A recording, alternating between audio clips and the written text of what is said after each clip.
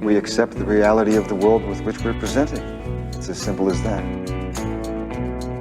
We no longer live in a world of nations and ideologies, Mr. Beale. The world is a business, Mr. Beale. Go on without me. Just go. A good soldier never leaves a man behind. Because I wouldn't give you 2 cents for all your fancy rules if behind them they didn't have a little bit of plain, ordinary, everyday kindness. Life, finds a way. Hey, this is Nelson. And Jeff. And you're listening to Silver Screen Biases. Episode 1, Take the Money and Run. This week we're talking about Alfred Hitchcock's 1960 film, Pyscho.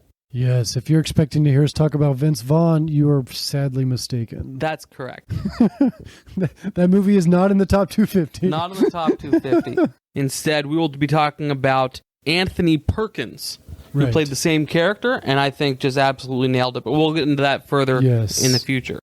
Also notable, though, about the Vince Vaughn episode, the character of Marion, which is played by Janet Leigh in the original, was played by recently deceased Anne Hesh. That's right. She was in that. That's right. That is right. Our condolences to her family. 1960 Pyscho. Just a couple stats for you as we get into the movie here, and then we'll get into our base level opinions. But this movie was released on September 8th, 1960. And a little fun fact is it was released in black and white, even though colored films had already started being produced at the time. That's right. Do you know why? Lay it on me. The reason it was filmed in black and white is because Alfred Hitchcock pitched it to Paramount, and they were not interested. And so he had to basically do it out of his own pocket, and so he filmed it in black and white to save money, and his production crew was actually the production crew from his TV show at the time. That's fantastic. This movie is ranked number 32 in IMDb's top 250 as of the day we're recording this. So this is number 32. So I mean it's up there. Yes. This is it's the highest rated movie we've talked about so far on our podcast. Absolutely, undoubtedly. Yeah. And on the Rotten Tomato is a 96 certified fresh tomato meter and 95% audience score as of the day we record this. I think both those numbers are pretty spot on. You into more of that later. Right. So, starting out, 1960s Pyscho. Nelson, what did you think? Had you seen it before? Are you familiar with Alfred Hitchcock in general? His works? What did you think of the movie? And was this your first experience with it? So, as far as Alfred Hitchcock goes, my mom's a big fan, so I've seen a lot of his movies. I somehow had not ever seen this one, although you know that the sound that plays when she's being stabbed? Yep. That's my dad's ringtone when my mom calls. Nice. So they're very familiar with it. Somehow I've never seen it. And I also didn't know the twist, but the day before I actually watched it, the twist got spoiled for me. I watched it with my wife, and I didn't tell her anything, so she got to experience the twist in real time. It was fun to see that. I wish that I had not soiled myself. Yeah, well... Spoiled myself. My wife and I also watched it together. Now, one of my wife's favorite movies is Birds by Alfred Hitchcock. And I can't remember if I enjoyed that movie or not. That may be, I'm not even sure if that's on the top 250, but I have seen Birds. So I had this was not my first road with journey with Alfred Hitchcock, but my wife and I watched Pyscho together, and we were both we weren't expecting to like it as much as we did. Really? We loved it. Yeah. And neither of us knew the spoiler at the end. Neither of us knew the twist. How big was it for you? Honestly, did you think that the mother was alive until that moment? I did.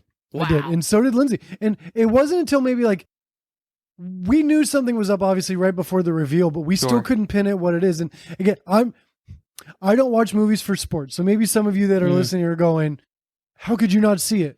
I'm sorry if I disappoint some of you, but I was just so impressed that I was enjoying it. It started out slow. The first half of the movie, I was like, oh, this is going to be a long hour and 50 minutes. But by the time she made it to Bates Motel, I was hooked. I was hooked. Can he make a movie, eh? He's a good actor. Yeah. The guy that plays Norman Bates, utterly. Can't remember his name right off the top I'm of my looking it head. up right now. Utterly impressed with his performance, and he's the only reason I would be willing to watch the other sequels. Anthony Perkins. Yeah, and he was in all the sequels. He was in all the sequels. Died in 92. Yes. His son played the young Norman Bates in one of the movies. Are you serious? I'm serious. That's awesome. I watched, as you know, they made a making of documentary. I watched that today, and one of the things that the actress that played Marion, Janet Lee. Lee or Lehi or Lee. So yeah. one of the things she said is that he is an incredibly affable, likable, funny guy, very energetic, and that Norman Bates, of course, is nothing like that. But then something one of the other actors said, actually no, it's the writer, the guy that wrote the screenplay said, is that over time, he kind of became Norman Bates, like long term, even after the production of the movie. And I'm really, like, he didn't elaborate on that point, but that leaves a lot of questions. Right. Yeah, I had no idea, like, going into the movie, I had no idea what to expect. The things I knew about Psycho was the re sound, the shower scene, and Bates Motel. I knew that all those were connected. That's all I knew going in. That's all I knew. Well, no, actually, I remember when I remember before you watched it, I told you that this was Bates Motel, and that was a surprise for you. That's right. Okay, that's right. You're right. So yeah, I going in with very fresh eyes, I liked it, and it's honestly something that I would watch again. Yeah. And I would recommend to someone, and we'll get to our recommendations later, but just in general, like, I would absolutely watch this again, and I think my wife thoroughly enjoyed it as well too.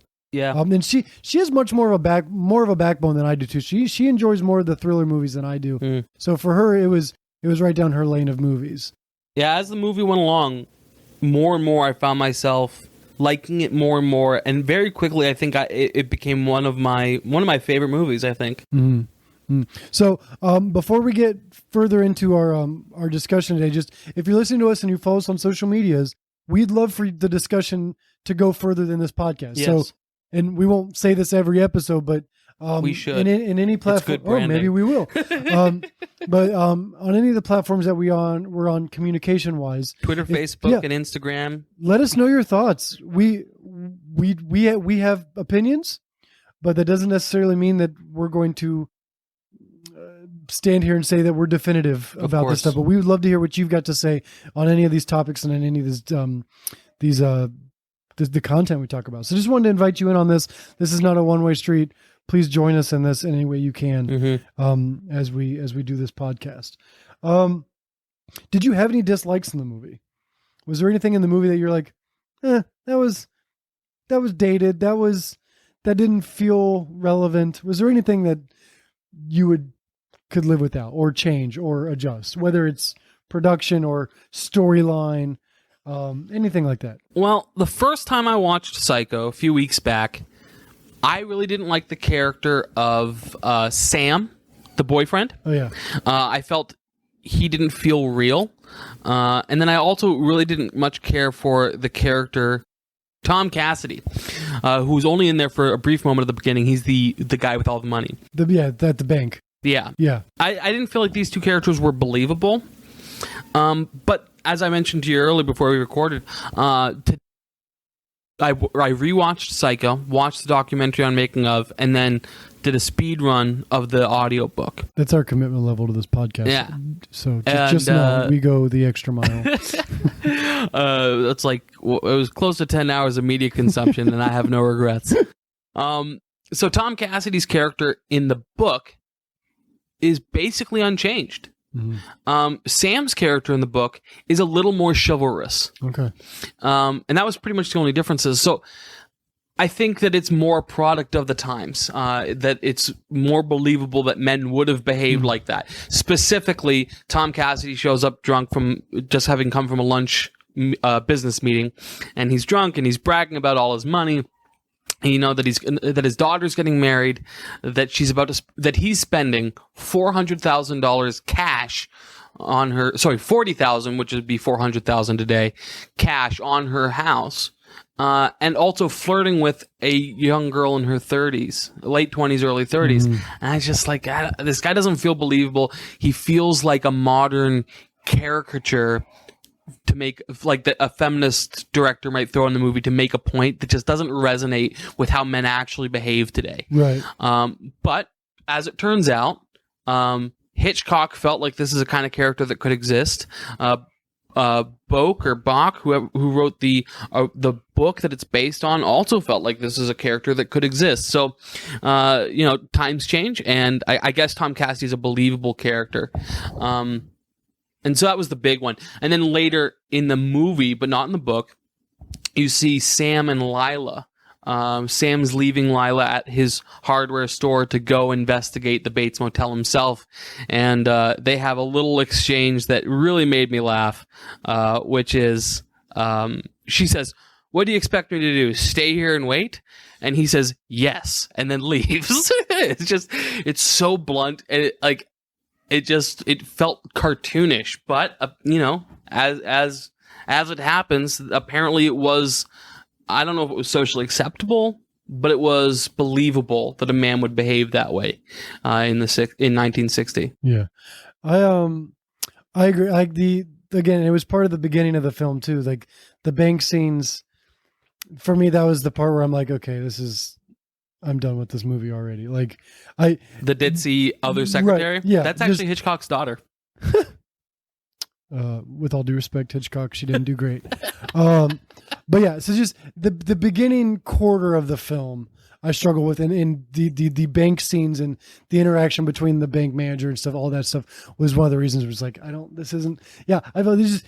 couldn't commit to what they were portraying. I couldn't commit to the scene they were setting. I was just like, what are you doing? Where's this going? Where are you taking me? It's like, the story wasn't moving fast enough. Right. Well, part of that too is that we have the disadvantage of knowing something about the movie going in. Right. The original audiences, and this was the first time this had ever been done. Right. Hitchcock, through Paramount, had reached out to all cinema managers and said, once the movie starts, no one can walk in. Yep. Because I don't want people walking in saying, "Where's Janet Leigh?" And she's already dead. Which means that at the time, it was normal for people to walk in 30 minutes late to a movie. I can't fathom that. So I think that's part of that, because if you sit down to this movie and you know nothing about it, the very first thing you see, Sam and Miriam are having a very romantic relationship. There's money issues preventing them from getting married. Then she gets this big opportunity. Is it specifically money issues? Because, is this book or movie? Both. So okay. The divorce was introduced for the movie. Gotcha. Okay. In the book, it's much more of a, my dad died, and unfortunately, I'm saddled with his debts. They don't even explain in the movie how these two know each other. And I perceived it as just the dude just has commitment issues, and he's just he doesn't want to go any further with any of the relationships. And that's again why I said in the book he comes off much more chivalrous. Okay. Yeah, but if you don't know, have any context for the movie, you sit down, you see these two people having a romantic relationship. Clearly, she steals money to help him pay off his hardware store so that they can get married. Right? That's why she takes the money. She's presented with this opportunity and goes for it. And then immediately we see her meet a young, handsome, and very different from Sam, Norman Bates. Mm-hmm. And so the expectation for the viewing audience who doesn't know anything, this is a romance movie. And it's going to be a love triangle between these three. Oh, I love a good love triangle. And that's really the expectation that Hitchcock created. There's a handful of changes from the book. Every single one of them makes the story much better.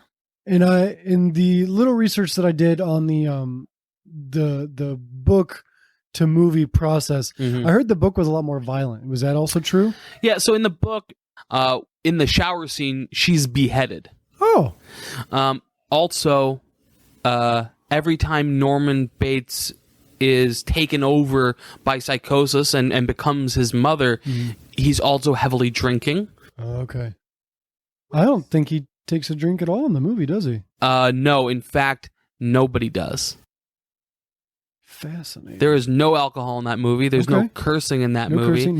There is cigarettes. There is cigarettes, but that was normal at the time. Yes. There was no nudity.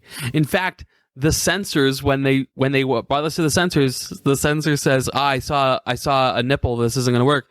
And Hitchcock just said calmly, no, sir, you didn't. And they rewound and watched it again.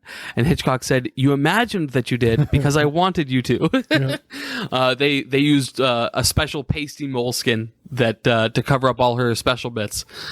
Special bits. Yeah, and he'd hired a nude model to do the scene as well, so that he could make sure that there was the perfect amount of opaqueness with the shower curtain and steam to not actually see anything. So there is a couple moments where there is actually a naked woman in there, but you can't see anything. Yeah, no nudity. Yeah. Okay. There is underwear though, and that was very scandalous. Also, there was a toilet and it flushed. Right. First time ever. Right. And that was intentional. Yeah. The flushing toilet was intentional. I remember reading about that. Yeah, the screenwriter is like, I've never seen a toilet in a movie. I want one. And Hitchcock's like, okay, I guess. Yes. And so actually the reason that she writes a note, throws it out and flushes it is just so that he could then justify to the censors, this is why a toilet is in the movie. Yep. So one and the maybe you disagree, agree or disagree, but the other thing that my wife and I still to this, even with the movie, still can't quite understand the role in it because it seemed like they didn't do much with this character was the police officer.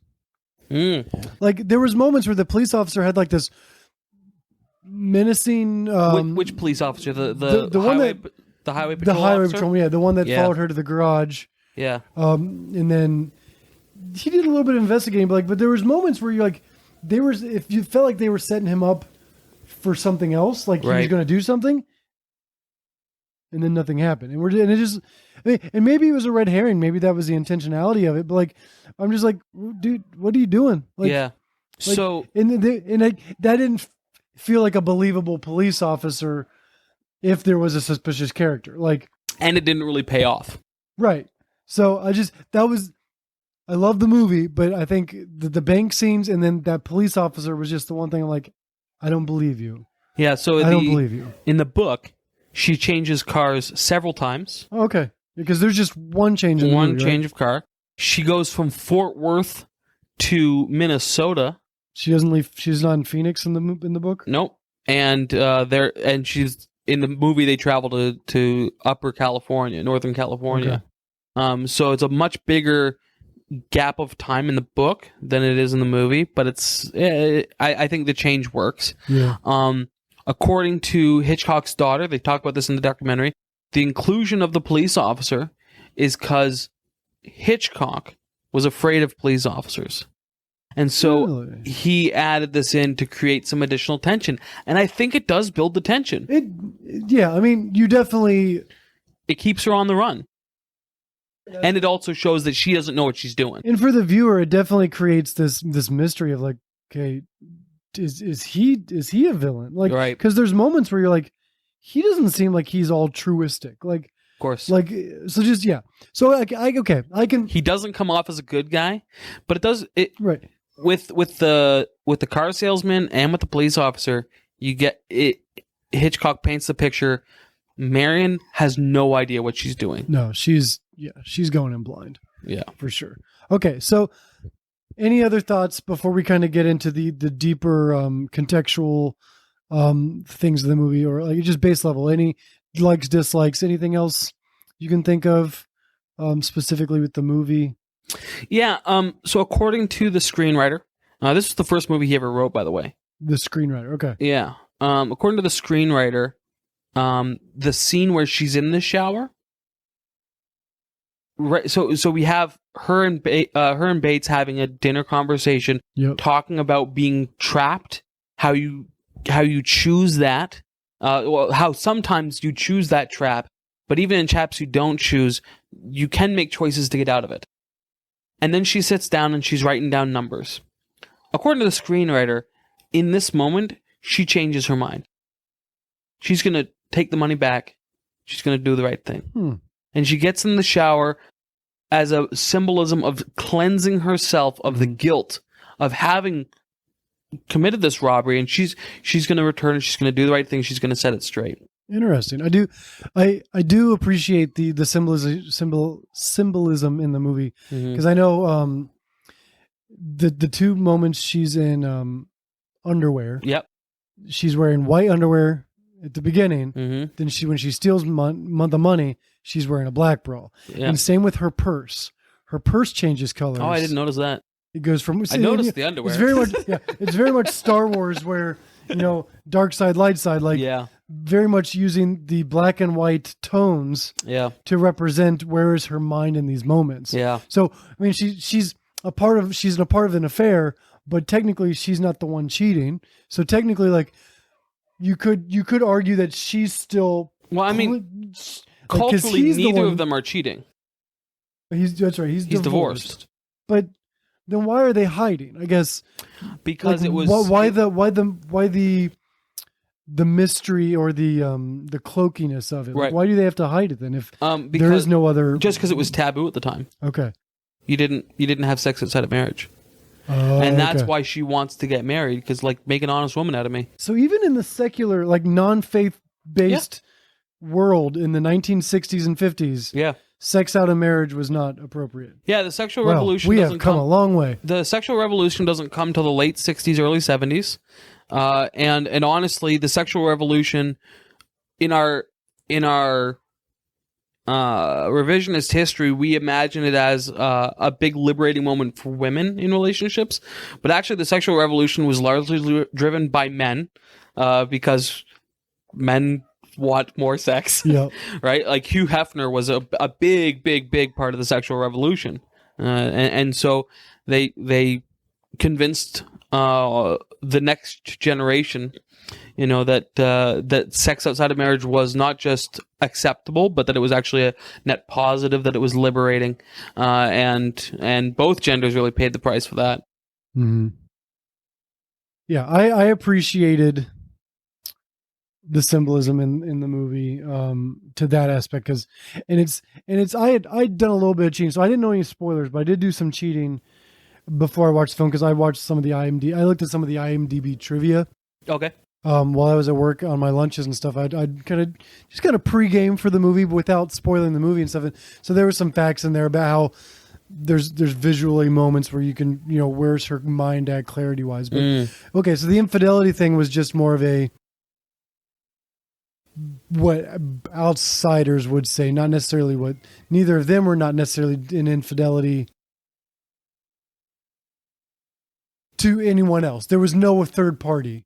That's right. That's okay, right. That's what I'm saying. So from a faith base, obviously, sex before marriage, yes, there's some immoralistic issues there. Yeah. That you could choose. If you were to believe write this movie for a modern audience, he would have to be in the middle of a marriage that's not going well. Right. And she's the breadwinner.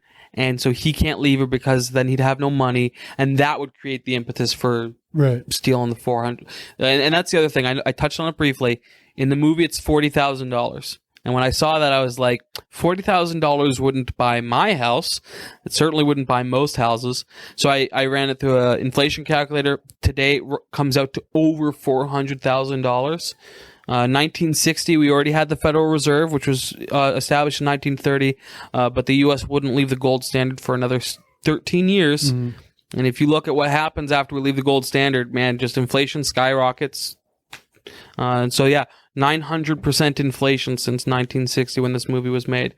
So to understand the amount of money she's stealing, $400,000, and that is a little bit more something that, like, I wouldn't justify it, but I can understand why somebody with a different moral compass would be like, yeah, I'll steal $400,000. Yeah, but that's been dropped in my lap. All right. Well, so our next kind of moving forward here with the conversation. So just a little bit about what was going on in the Americas, in the world, as during the time of the writing of the movie, specifically in the production of the movie and in the release of the movie. For America, just looking at 1960 here at the beginning, we were in the Vietnam War. Yep. In March specifically, the United States announces that 3,500 more American soldiers are going to be sent to Vietnam. It's also an election year. for us in America. We have Dwight D. Eisenhower is currently in office. Yeah. But John F. Kennedy will inevitably be elected in November. And this movie was released in September. So the election was post the release of this movie. Again, I'm not saying there's a connection, but just kind of giving you audience listeners just a feel of what was going on in the 1960s. Trying to think if there's any kind of connections this is there. 39 years before I was even born. I'm trying to think about what happens in the movie, what I know about Ike and JFK. I can't see any parallels here. Like I can't see any political messaging in here. I don't see any references to the war. No. There's no, which is actually almost interesting that they didn't mention the Vietnam War. Right. No military propaganda at all.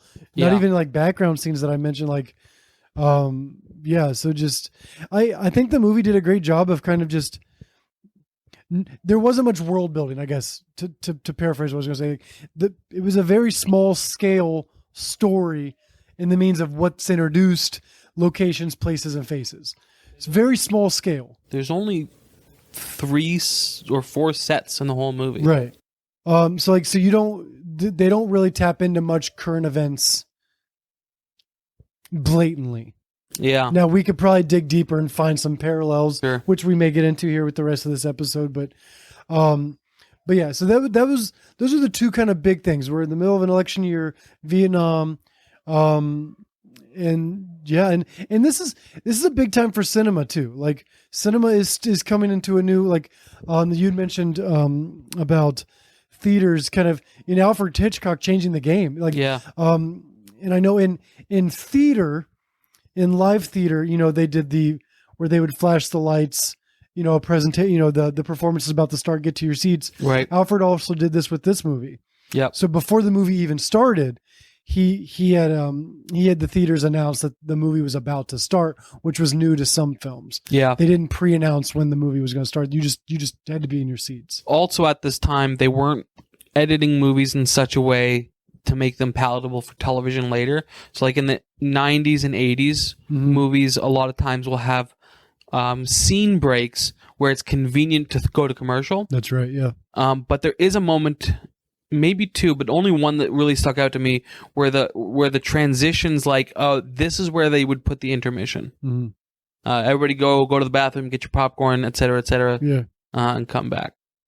This also was critically panned at the time.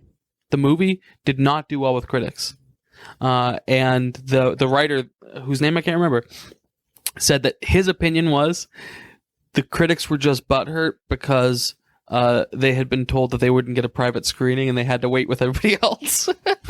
Because the New York Times film critic said he hated it, but then put it in his top 10 movies of the year. Interesting. Yeah. So, okay, get into the nitty gritty. Yeah. We're in the middle of our episode here. Did you, just in observation of the film, pre-research, did you see any or pick up on any messages that was relevant to the audience?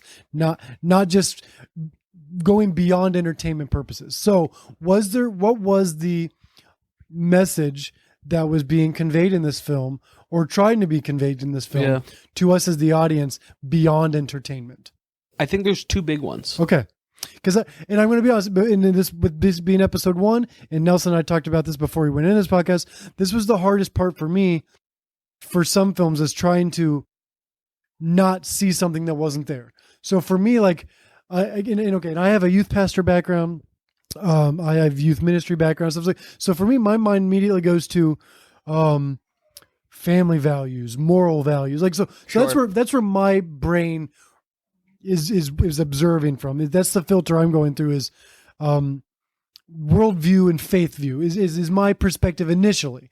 Now I can go anywhere, but that's where in my first watch of the movie, those are some of the things I picked up, and I'll get onto those in a second. But what did you get? So I'm gonna hit some of the smaller passing comment type things first. First one I'd point out is that in one of the early scenes, Tom Cassidy jokes about tax evasion. And this is part of what's supposed to make us dislike him. Okay? So Tom Cassidy says, $400,000 cash. I never walk around with more than I can afford to lose. And Hitchcock's daughter, playing the other secretary, says, well, I declare. And he says, I don't, and that's how I keep it. So that's supposed to make us not like him. You know, my personal biases, that kind of makes me like him more, right? It's my understanding from looking at how taxation works that taxation is theft, and so any way that you can reduce your tax burden is something that you should do. I don't think it's advisable to break the law, which Tom Cassidy here clearly indicates he's doing. But I also don't think this doesn't make me like him less, but that was the intention. And just with that specific dialogue too, they did a good job of setting up his moral compass. Yeah. And like, even though that character is not a huge character in the movie, from the very beginning, you go, okay, he's someone that could be persuaded. Yeah. Like, and he doesn't really hold to moral standards versus personal selfish standards or something like that. Something in the book between Mary and him, because it's Mary in the book, Marion in the movie.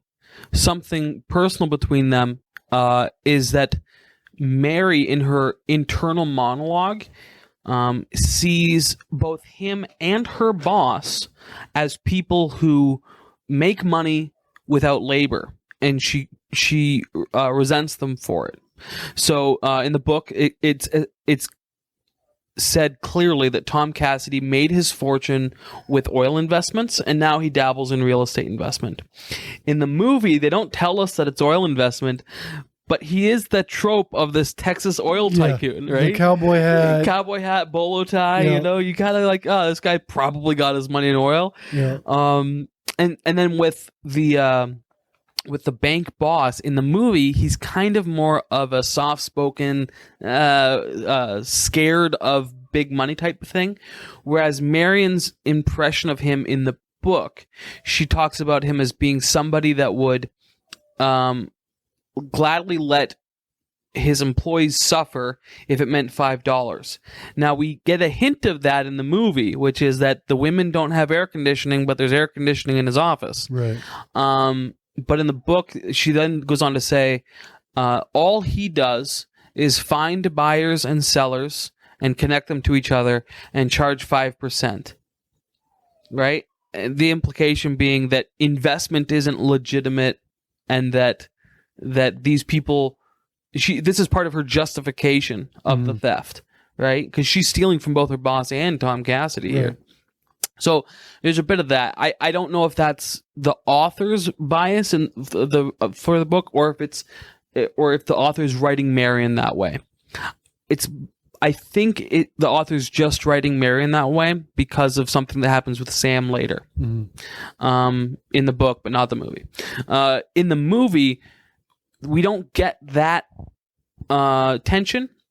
But we do have him make this joke about tax evasion, setting him up as a bad guy, and then we see in the driving scene her using his boorish personality as part of a justification for the theft. And as she's imagining the conversation that they'll be having Monday morning, she gets that devilish grin on her face. Like it's justified. Yeah, and that devilish grin gets called back later at the end of the movie with Norman Bates. Yep. When he's sitting in his jail cell. So that's one of the best scenes. Yeah, it was incredible. And then for a moment, they flash his mother's skull superimposed on his face. Yeah. So yeah, that was one of the minor worldview things, right? That kind of setting up this, that she finds herself with this opportunity and she justifies it. The character she's stealing from is unlikable, but then in her own internal dialogue, she makes him even more unlikable, right? To further justify this theft. And that's a smaller one. I think a much larger worldview and truth claim that happens in this movie, that is in both the movie and the book, is this idea that as horrific as their actions are, the mentally ill, even the criminally mentally ill, deserve our sympathy and compassion. Bach and Hitchcock both make you sympathize with Bates. Yeah. I'd agree with that. Yeah. And they also make you sympathize with Marion.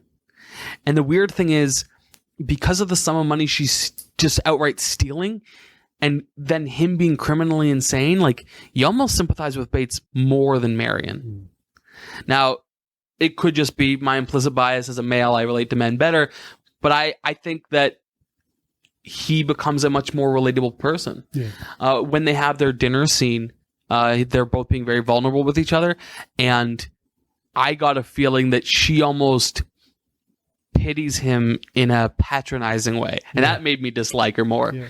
I didn't root for her when she died, but it did make me like her a little less. Yeah, I think it goes without saying that we're not rooting for death right. in a real life situation, but there was definitely moments where I'm like, okay, the dude's been sexually abused, or it's alluded in the movie that there was sexual abuse. Between the mother and son. Oh, interesting. So I never got that. I thought you were going to say there was sexual abuse between the mother's boyfriend and the son. Oh no, Norman Bates and his mom. Yeah, because I know, and I don't know how much is taken from the novel or is just fan fictioned out. Sure. But the Bates Motel TV series is all about the mother-son relationship. Oh. And that goes into this almost incestual, toxic, abusive relationship with mothers. So, and maybe that's where I'm getting some of that too, because I know that's what the TV series is about. Okay. So going into the movie, maybe I put those implications there, but I do know there was an unhealthy relationship. Yeah. The mother to son relationship was not healthy. And it's like, so there is some sympathy towards Norman. You're like, the dude's just doing, like it's a natural progression almost of like, you kind of like people hurt people. Right. And so yeah, I definitely not rooting for anyone to get murdered, but you're like, yeah, it's not really his fault. Like the dude's just a product of his environment. Interestingly, so you brought up the mother-son relationship. We see 3 different mother-child relationships in this movie. Mother-child, okay. Okay. Go ahead, see if you can remember them. Norman and his mom. Of course. There's another family that comes to the hotel, right? Or am I making that up? There is in the book, but not in the movie. Yeah. Okay, I'm drawing a blank. What are the other 2? So, the other 2 are only in passing. Okay. But they're similarly toxic relationships. Now, in the book, it fleshes out the toxicity of Mary and her mother's relationship a lot more. They spend a whole chapter on it. In the movie, it's very much in passing. So in the book, the father dies when she's about to go to college. So she comes back home to help her mom.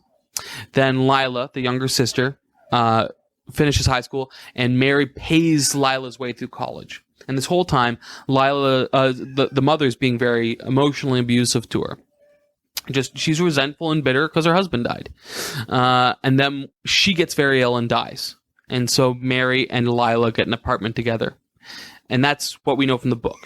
Now, the only hint of that backstory that we get in the movie is when they're having, right after, so the opening scene, where she says, I'd like to have a respectable date with you. She's talking to Sam.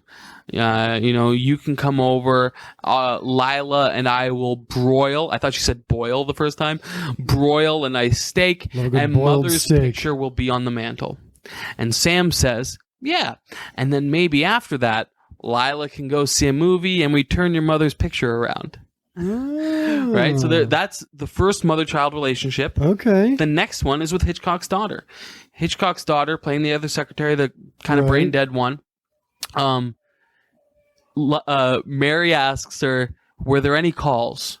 And she said, well, my husband called, and then my mother called to see if my husband called. And there's another bit of dialogue, but basically the impression you get is this woman barely brings things for herself, and her mom pretty much runs her life. Yeah. So all 3 mother-child relationships, we have domineering mothers. Now, something that's in the book that's not in the movie is that and this is part of Bates' internal dialogue, is that when he's a young man, he tries to he tries to have an open and frank conversation with his mother to try and wrestle through some of the dynamic issues that they're having. And the way he does that is by bringing up the Oedipus complex, which of course his mother would have nothing of. She's a very devoutly religious woman, and this is disgusting. I'm not going to discuss it. But then also through the book, in his internal dialogue, he's also much more violent in his thinking, calling Mary a bitch, calling his mother a bitch. Any attractive woman is a bitch, and it's their fault that he's attracted to them. It actually reminds me of a Flight of the Conchords song, which is Classic. She's so hot, she's making me sexist, right? And then he fantasizes about Mary, and then his mother through him. It's him, but in his mind, his mother kills Mary. And then he dreams that night about his mother, and it gets weirdly sexual, and he doesn't like it, but he also feels like he can't help it. So there's a lot more sexuality in his motive in the book than we see in the movie. In the movie, we know it's there, right? He's a peeping Tom, right? He dresses up as a woman, which the psychologist at the end says is not a sexual thing, but there is gender confusion, sexual confusion in there, but no explicit indication of any kind of abuse. Can we assume that the murder we see of Mary, is that his first murder, or can we assume that there's plenty more before that? I guess specifically from the movie version first. Yeah. So from the movie version, we have that his mother and her boyfriend died in bed, sadly. Just of health things? They poisoned themselves. Oh, Romeo and is Juliet. What the deputy sheriff tells us the story. Okay. Which we know, or we intuit that actually Norman, out of spite and resentment for his mother finding a relationship, poisons them both. Okay. In fact, when Norman talks about her mother's boyfriend, Mary asks, how'd he die? And he starts to say, and she's eating at the time, and he says, well, it's not appropriate to talk about while eating. Now, you as the viewer just assume, oh, it's not appropriate to discuss a gruesome death. Graphic. No, he poisoned them. And then the other thing is the clinical psychologist at the end turns to the sheriff or whoever there is and says, do you have any other missing persons, specifically 2 young women? And they're like, yeah, we do. So we know by the end of the movie that he's killed at least 4 people before he kills Mary and then the private investigator. Right. Okay. Yeah. So yeah, this is a repeated thing. And also, I think we can safely assume that right off the bat with the way he cleans up the murder. Yeah, he definitely doesn't look like it was his first time doing that. Yeah. So this isn't an origin story. No. It's not a Norman Bates origin story. No. But Norman, of course, Norman is clinically insane. He does not realize that he is doing these things. Yeah. He thoroughly believes that his mother is A, alive, and B, murdering women. Yeah. And he believes that she's murdering women because she's jealous that he might develop a relationship. Yeah. I have a few things here about how the author and Hitchcock get us to sympathize with Bates. Okay. An interesting aside about Sam I had mentioned. I had said that in the book he's much more chivalrous. When Lila comes to town, she is worried that there's something wrong. Something happened to Mary. And he tries to console her and says, no, I'm sure everything's fine. And then the narrator says, it was the first time Sam had ever lied to a woman. Mm-hmm. And I just think that's very quaint that in the 1950s, that doesn't feel absurd. Mm-hmm. That you'd become a 30-year-old man without ever having lied to a woman. And then later, Lila's given him a hard time about running a hardware store. I mentioned earlier that I think that the author was making Mary to be the resentful anti-capitalist, and it wasn't that he was. And this is why. Sam is talking about the importance of hardware stores, and he picks up a nail off the floor, and says that despite this seeming trivial, he sells them, a pound of them for a penny. And in the lifetime of the store, they've sold literal tons of nails. As trivial as nails may seem, a single nail put in the right spot is going to outlive you and I, and it's going to hold that building together. And so he talks about how every person has a role in their community, right? That him running a hardware store, which seems inconsequential, selling nails, which seem trivial, aids in the production of society and the establishment of community.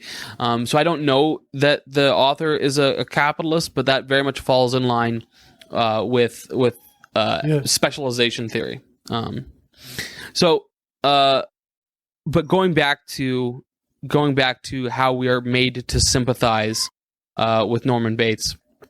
So Anthony Perkins' portrayal of Norman Bates is a stammering and flustered, soft-spoken man, like loose, hunched shoulders. We almost immediately sympathize with him. We see ourselves in him, right? He's flustered by this woman. He is not the strong, confident Sam that we saw 10 minutes earlier.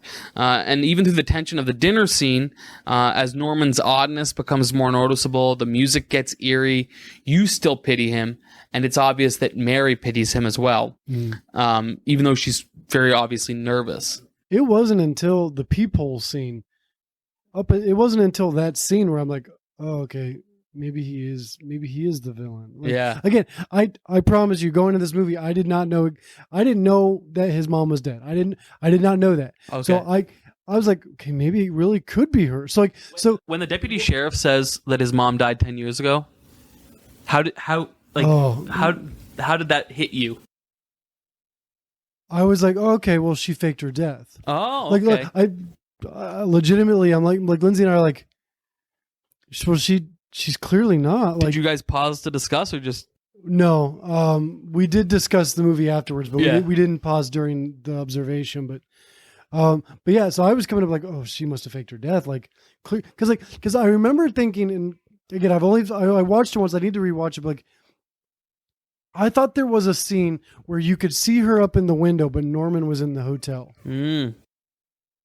But I must have been mistaken because because in my mind I'm thinking I saw two people at the same time. But I must have maybe I was drinking something at maybe I looked away from the TV or something. Yeah. It's like I may have missed something, but in my mind I was like, no, there's two creatures moving at the same time. Yeah. So what you may have seen is that there's at least one shot that I can remember where Norman Bates' mother is sitting in a chair by a window, and Norman is at the office. Shadow, it's the silhouette. So you see the silhouette of her sitting. Right. But later you do see a shadow of Norman Bates' mother standing in the window. It's him dressed as his mother. Dressed as his mother. Yeah. Yeah. So because whether I tricked myself into thinking there was two living people. Yeah. I, up until even with them saying, well, she's been dead. No, I mean, I've seen many movies where deaths have been faked. Of course. I just assumed that nope, the cops are missing something. So it was an utter surprise. What did you suspect her motivation in faking her own death might have been? Protecting her son. To be to literally have no other restrictions or maybe even financial restrictions. Doesn't have to pay things. He doesn't there's no one keeping after her, no one checking up on her, no one asking her to do things. She can just keep her eye on her son 24/7. Because as he's a peeping Tom to the guests, we from the silhouette, we assume that she's always got her eyes on him. Yeah. So she just has 24-hour surveillance, right, and the ability to just do whatever she wants. So I don't know what the motive would have been to fake your own death, but the desire would have been to. There's also an expectation that they'll probably cover that, right? Right. I'll be able to just watch my son and be this overprotective parent, right? Legitimately. So when they were at that basement scene, when the back of the head, you just see the back of the head. Yeah. I still to that point, I'm like, wait, that looks like a corpse. Like, still, like, I'm just like, how does this all fit together? Like, because again, I had thought there was two people. Sure. So I tricked myself into that. So maybe I would have saw it coming a little bit more if I would have. And it might be one of those things too where, because something that Hitchcock does really well, and this movie specifically is a great example of it, is he shoots things in such a way where there's gaps that you fill in. And so because you become part of the creative process, you have certain expectations, you're more invested into it, but also there's things that you think you see that actually aren't even there, right? I'm guilty of that all the time. Mm-hmm. So we're, to keep this time appropriate, I guess, do you have any more thoughts on the specific? I do have one more thing. Okay, let me have it. So Lay it on me. after the shower scene, Norman cleans it up. And then the next scene is we see a shot over top of Sam's shoulder in his hardware store. He's doing some accounting, and you hear a woman in the background, and the camera kind of rolls back and pans back past a woman speaking. She's holding a can of insect poison. Yes. Okay? Yes. And she says the following. So far, of those I've used, I haven't had much luck with any of them. Let's see what they say about this one. They tell you what its ingredients are and how it's guaranteed to exterminate every insect in the world, but they do not tell you whether or not it's painless. And I say, insect or man, death should always be painless. Oh. And so I think, again, that's part of the overall theme of this movie, is that humanity. A bizarre level of humanity and compassion, Yeah. you know? Marion's not a crazy person, No. and she's not even a thief until put in a position where it's the perfect opportunity. Right. And Norman Bates isn't a murderer, but his mother is. Yeah. And he doesn't have that connection to reality. Yeah, like when he's cleaning up the scene, like you can tell he's grieving over, like, and he's remorseful about the situation of like, man, this is, why has this happened? Like, what? This is not good. This is in the book. He gets physically ill over it. Yeah, it's like you can tell like there's this disconnect between the action that took place and this feeling, the remorse and the heaviness of what happened. Mm-hmm. Like he was somber the whole time, like absolutely, but also very much laser vision though. Like he knew what he cleaned up very well. Did a good job. Mm-hmm. Very good job cleaning. Before we wrap up with our final thoughts, I wanted to ask you a question. Sure, Nelson. What's your thoughts about karma? Because the big thing I took away, and like I said, I'm going to get better at this as we have more discussions and as I can kind of get deeper level analysis of movies, and I'm excited about doing this. But the thing that I took away, big picture, was karma. Okay, like whether you liked her or not, she did something bad. Yeah, and not that you want anyone to die, but like she inevitably reaped what she sowed. Yeah, her actions led to her demise. Yeah, like so do you think overall in the movie, do you think there's this theme of karma or this reap what you sow, or the righteous will be vindicated and the villains will be punished? Like was there a theme of that throughout? I would say partially, because Abagnale, the private detective, also real quick, who hired him? He's a private detective, so he's not. Right. Somebody hired him. Who? The sister. Nope. Never says. Movie never says. In the book, the insurance company that the bank works with, they hired him to make sure that there was actually. I mean, you've watched the movie twice, so I'm going to trust your take on it. I thought there was a moment where they were, because they went and checked it out themselves. Yeah, he tailed her. He tailed her to the city. You're right. Wow, I didn't catch that. So he was a private investigator hired by the insurance company. So the insurance company has their own investigation team. That's less common now. But like in a society that that is more reliant on insurance, and in a more free market society, that would be a very common thing. Yeah. Insurance companies hiring private investigators to make sure they're not being defrauded. Right. That's just a quick aside. But he's a hero in the movie. He doesn't do anything wrong. In fact, in the original scene that they shot for him walking up the staircase, they shot it in such a way that Hitchcock didn't like, because he felt it would pit the audience against him. They focused really carefully on his hand as he held it up the handrail. And, you know, to hear that described, it doesn't make sense. But if you watch the clip, because they still have the B-roll, you're like, yeah, I can kind of see how this would be, how they would shoot the behavior of a murderer.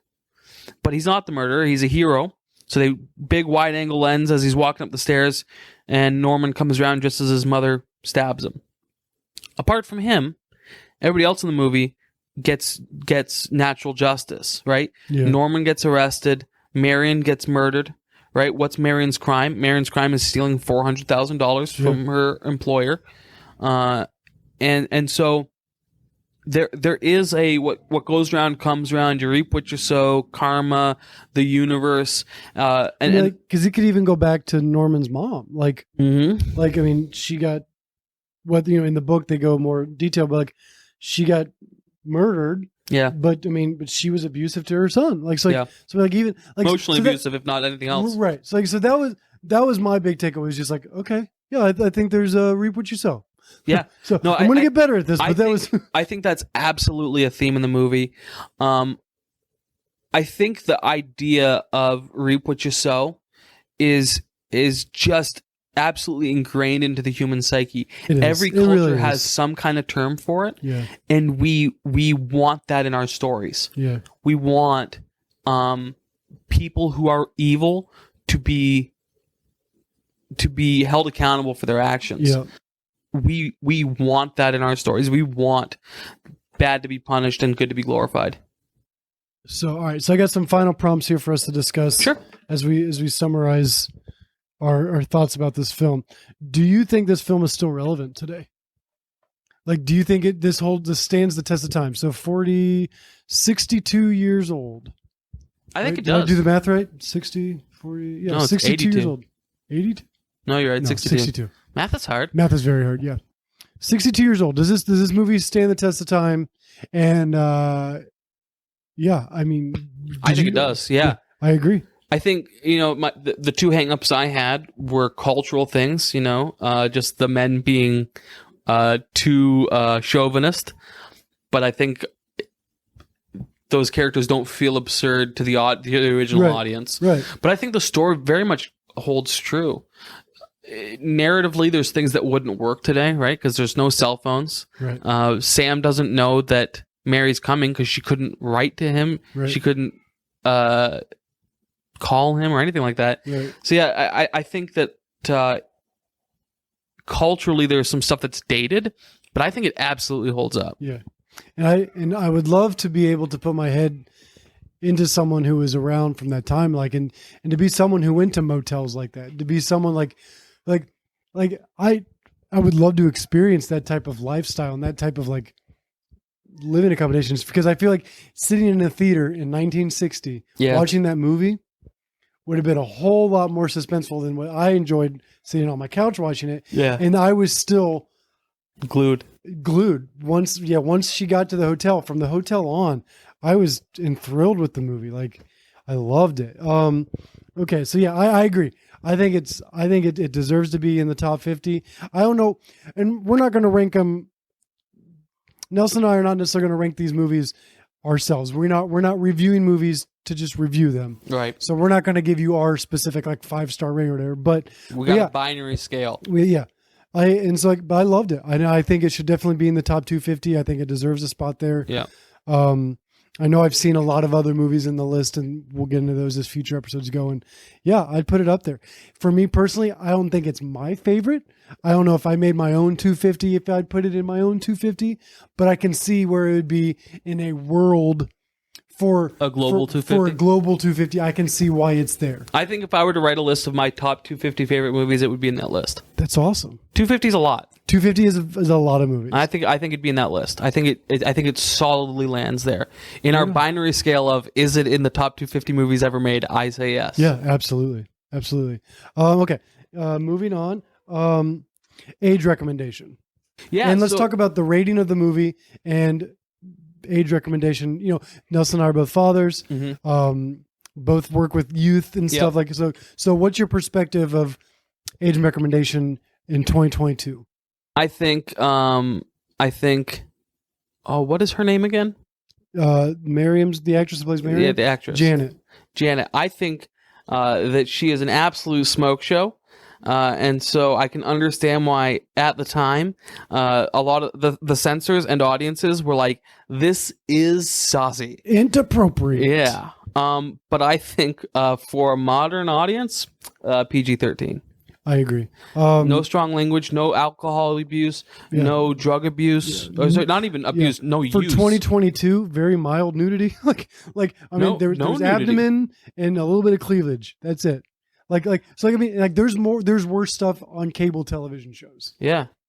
PG-13, I would say just for the suspense, not even for the suspense aspect and some of the mental health dialogue the mental health topic. I mean, because that's all very well at the end. Yeah. But I'd agree. PG-13, and I would definitely recommend it to people. Oh, for sure. I have plenty of times. I love it. It's a movie that I didn't expect to love. I expected to like it. I expected it to be like, yeah, this is a good movie. Of course it's in the top 250. But no, it is, in my opinion, a phenomenal movie. I don't know. I don't remember what my expectations were. Because, and we'll actually, the movie I'm about to reference it's on our list to review or to talk about by the end of the year. But it's another movie. It's another black and white movie that I didn't like. I watched it for the first time, and I went into it going, I want to like this. Everyone talks about it. Everyone I want to like this. I got to watch it. I remember hating it. Yep. So going into this one, knowing it's a black and white film, it's an older movie, I'm like, I don't know. The last one I watched, I didn't enjoy. Yeah. So I went in kind of neutral. Sure. Hoping to like it. I always want to like a movie. Yeah. I never want to go away with something hating, wasting my time. Of course. But I think I had neutral expectations. And because I watched it knowing we were going to do an episode about it, I think I went in going, this is more work than it is play. Yeah. So I went in going with a more of analyzing mindset than I was in entertainment mindset, which I think also helped. Yeah. But I loved it. My wife and I will definitely watch it again. It's definitely something that I'd even show my kids as they get older. It'd be something like, yeah, there's a vintage movie I think you would enjoy for someone who watches movies. If my kids enjoy movies, if they're old enough. So, all right. So as we kind of round up the episode, first of all, thank you for you who have stuck out the length of this episode and you've been listening to us. We're so glad you're still with us. Hit us up on socials. We love feedback. We want to know what you thought of this movie. We also want to know what you thought of this podcast. But we honestly mean it. Like we would love to hear your opinions. If you disagree, we love hearing different perspectives. We love having respectable, open conversations about things that are either relevant or irrelevant. Nelson and I can get into a lot of irrelevant conversations, and we love it. Boy, howdy. So, thanks again for listening. Join us next time for Stanley Kubrick's 1971 film, A Clockwork Orange. And I think we'll wrap there. Till next time. Till next time. Thanks for listening. We had a great time putting this together for you. To join the conversation, find us on Facebook and Instagram at Silver Screen Biases. And on Twitter at Screen Biases. We believe in value for value, so if you found value in our show, we ask you to consider supporting us. Links to our social media and support can be found in the show notes.